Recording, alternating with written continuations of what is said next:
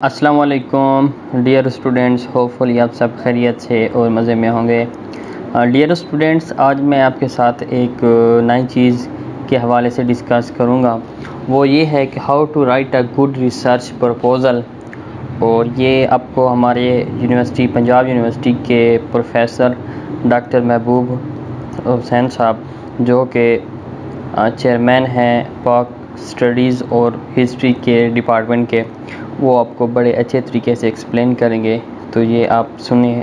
بسم اللہ الرحمن الرحیم۔ السلام علیکم دوستو، آج ہم بات کریں گے ریسرچ پرپوزل کیا ہوتی ہے اور ایک اچھے تھیسز میں ریسرچ پرپوزل کا کیا سٹیٹس ہوتا ہے، اور پی ایچ ڈی اور ایم فل ڈیزرٹیشن کے حوالے سے ریسرچ پرپوزل کا کیا رول ہے۔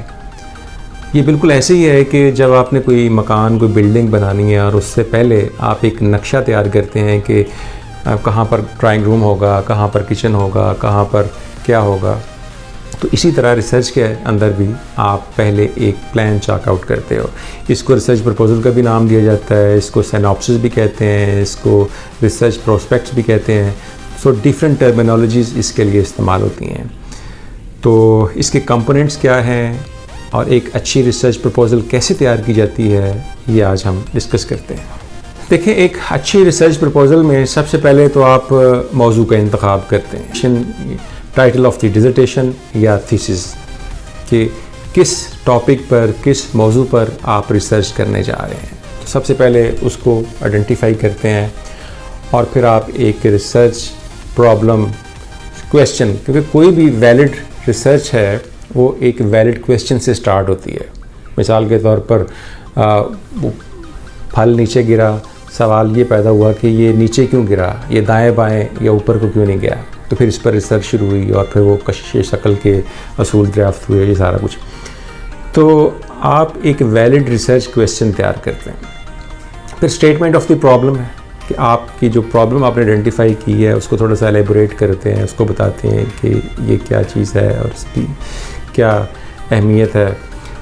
اچھا، پھر آپ ریسرچ کے آبجیکٹیوز ڈٹرمن کرتے ہیں کہ جس موضوع پر، جس ریسرچ پرابلم کو آپ آئیڈینٹیفائی کر کے ایگزامن کرنے جا رہے ہیں، اس کے آبجیکٹیوز کیا ہیں، اس کا مقصد کیا ہے، اس کے ویلڈ کویسچنز یا سپلیمنٹری کویسچن جو آپ ایکسپلور کریں گے وہ کیا ہیں، اور پھر ہائپوتھسس کیا ہے۔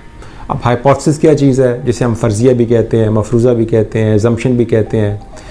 یہ ایک ٹینٹیٹیو آنسر ہوتا ہے آپ کے ریسرچ کویسچن کا، یہ آپ کو ڈائریکشن پرووائڈ کرتا ہے۔ آپ نے ایک ریسرچ کویسچن اور اس کا آپ نے جواب، جب تک آپ یہ نہیں کریں گے، ہائپوتھسس ڈٹرمن نہیں کریں گے، فارمولیٹ نہیں کریں گے، آپ زگ زیگ ادھر ادھر بھٹکتے رہیں گے۔ ایک ریسرچ سوال اور پھر ایک ٹینٹیٹیو آنسر، یہ جو آنسر ہے، یہ ہائپوتھسس ہے، یہ جب آپ ریسرچ پرابلم کو، ریسرچ کے پروسیس کو آگے بڑھائیں گے تو ممکن ہے کہ یہ آپ کو ری فارمولیٹ کرنا پڑے، آپ کو دوبارہ سے اس کو ڈٹرمن کرنا پڑے، لیکن سٹارٹ میں یہ آپ کو ایک ڈائریکشن پرووائڈ کرے گا۔ مثال کے طور پر ایک ریسرچ سوال تھا کہ پاکستان میں پارلیمنٹس اپنی ٹرم پوری کیوں نہیں کرتی، تو خیر پوری کرنا شروع کر دی ہیں، لیکن جب میں نے ریسرچ کی تو سوال یہ تھا کہ پارلیمنٹس اپنی لیجیٹیمیٹ کانسٹیٹیوشنل ٹرم پوری کیوں نہیں کرتی۔ تو اس کا ایک جواب یہ تھا کہ جو آؤٹ سائڈ پارلیمنٹ فورسز ہیں وہ انکروچ کرتی ہیں، وہ انوالو ہوتی ہیں۔ ایک سوال یہ تھا، ایک جواب یہ تھا کہ ود ان دی پارلیمنٹ اتنی کیپیبلٹی نہیں ہے، اتنی ان کے اندر صلاحیت نہیں ہے کہ وہ اس ادارے کو کانسٹیٹیوشنلی اپنی ٹرم کو پوری کر سکیں۔ ایک اس کا جواب یہ تھا کہ انٹرنیشنل فورسز انوالو ہوتے ہیں۔ سو دیر آر ڈفرینٹ آنسرز یا ڈفرینٹ ہائپوتھسز۔ تو جب آپ ڈیٹا کلیکشن کی طرف جاتے ہیں، جب آپ امپیریکل ایویڈنسز تلاش کرتے ہیں، تو پھر آپ کا جو ہائپوتھسز ہوتا ہے وہ پروف ہونا شروع ہو جاتا ہے۔ اسی طرح ریسرچ پرپوزل کے اندر آپ سگنیفیکینس آف اسٹڈی بتاتے ہیں کہ آپ کی جو اسٹڈی ہے، آپ کی جو ریسرچ ہے یا جس پر آپ ریسرچ کرنے جا رہے ہیں، اس کی اہمیت کیا ہے، اس کی امپورٹنس کیا ہے۔ یہ آپ 1-2 پیجز میں، 3-4 پیجز میں بتاتے ہیں کہ اس کی یوٹیلیٹی کیا ہے، جس سوسائٹی میں آپ رہ رہے ہیں اس سوسائٹی کے لیے اس کی کیا اہمیت ہے، جس ادارے میں آپ کام کر رہے ہیں اس کے لیے اس کی کیا اہمیت ہے، اور خود سب سے بڑھ کر یہ کہ آپ کے لیے اس کی کیا اہمیت ہے۔ تو آپ اس کی سگنیفیکنس کو، اس کی اہمیت کو اس کے اندر بیان کرتے ہیں۔ اگلا مرحلہ ہے ریویو آف لٹریچر کا.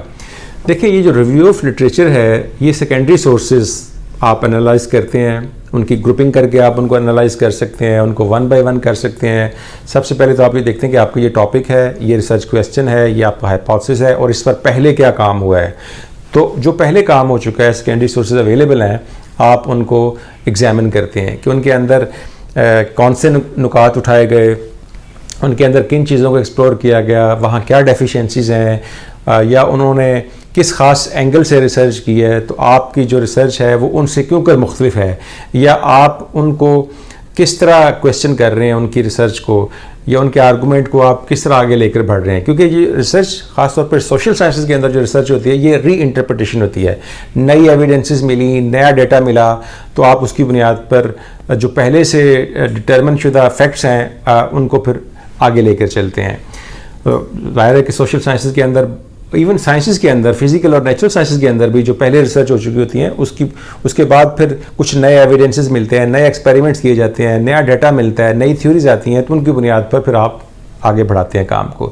تو یہ جو ریویو آف لٹریچر ہے یہ دراصل آپ اپنے آئیڈیاز کو, اپنے ریسرچ کویسچن کو, اپنے ہائپوتھیسس کو ان کے ساتھ ایگزامن کرتے ہیں, ان کے ساتھ انگیج کرتے ہیں, اور پھر ایک آئیڈیا بنا کر آپ اپنی ریسرچ کو آگے لے کر چلتے ہیں.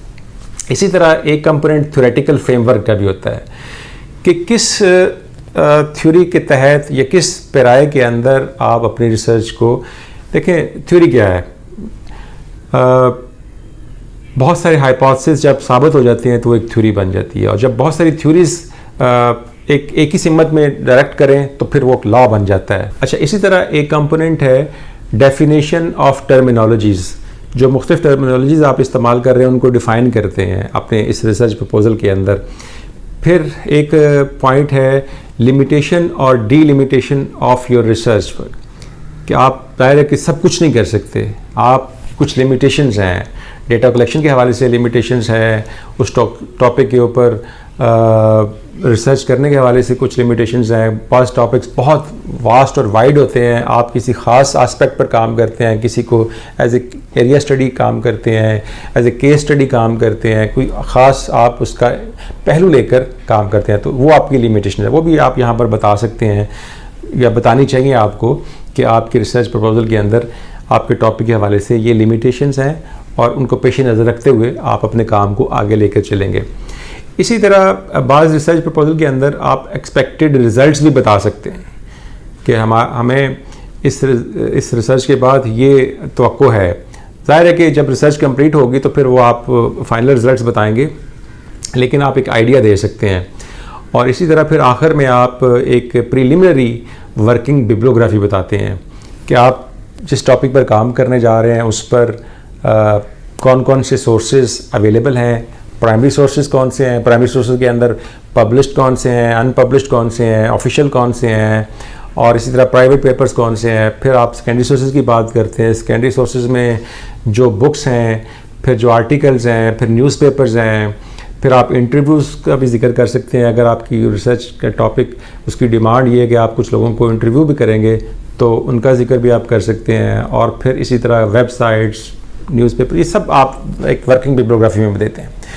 تو بنیادی طور پر یہ جو ریسرچ پرپوزل ہوتی ہے یہ آپ کے تھیسس یا ڈیزرٹیشن کے لیے ایک ورک پلان ہوتا ہے جس کو آپ ریسرچ سے پہلے ایک نقشے کے طور پر پریزنٹ کرتے ہیں کہ میں اس ٹاپک